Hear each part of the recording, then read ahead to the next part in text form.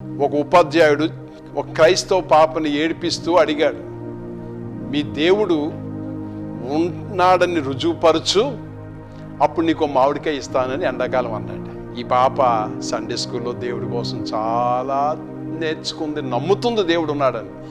మరి ఏమందో తెలిసి ఈ పాప, మాస్టర్ గారు దేవుడు ఉన్నాడని చూపిస్తే మీరు ఒక మామిడికాయ ఇస్తా అన్నారు, మా ఇంట్లో మామిడి తోట ఉందండి, మీరు దేవుడు లేడని చూపించండి, నేను మీకు 2 మామిడికాయలు ఇచ్చేస్తాను. దేవుడు ఉన్నాడా లేదా అనేది సిలువలో యేసయ్య మరణము ద్వారా తెలుస్తుంది. ఈయన నా ప్రియ కుమారుడు. అందుకే పరలోకం నుంచి అందించబడిన ఒక చిన్న వర్తమానం ఇప్పుడు పబ్లిక్ గా మనందరినీ ప్రియ కుమారులుగా ప్రియ కుమార్తెలుగా స్వీకరించి దేవాలయపు తెరను చింపివేసి ఇప్పుడు ఆయన నిగూఢమైన ఆయన రహస్యాలు అన్ని అందరికీ ప్రత్యక్షమవుతున్నాయి. నేను నిన్ను ప్రేమించువాడును, నేను నిన్ను స్వీకరించువాడను, నీకు నాకు మధ్య ఏ పూజారి లేడు, నీకు నాకు మధ్య ఏ బిషప్ లేడు, ఏ యాజకుడు లేడు.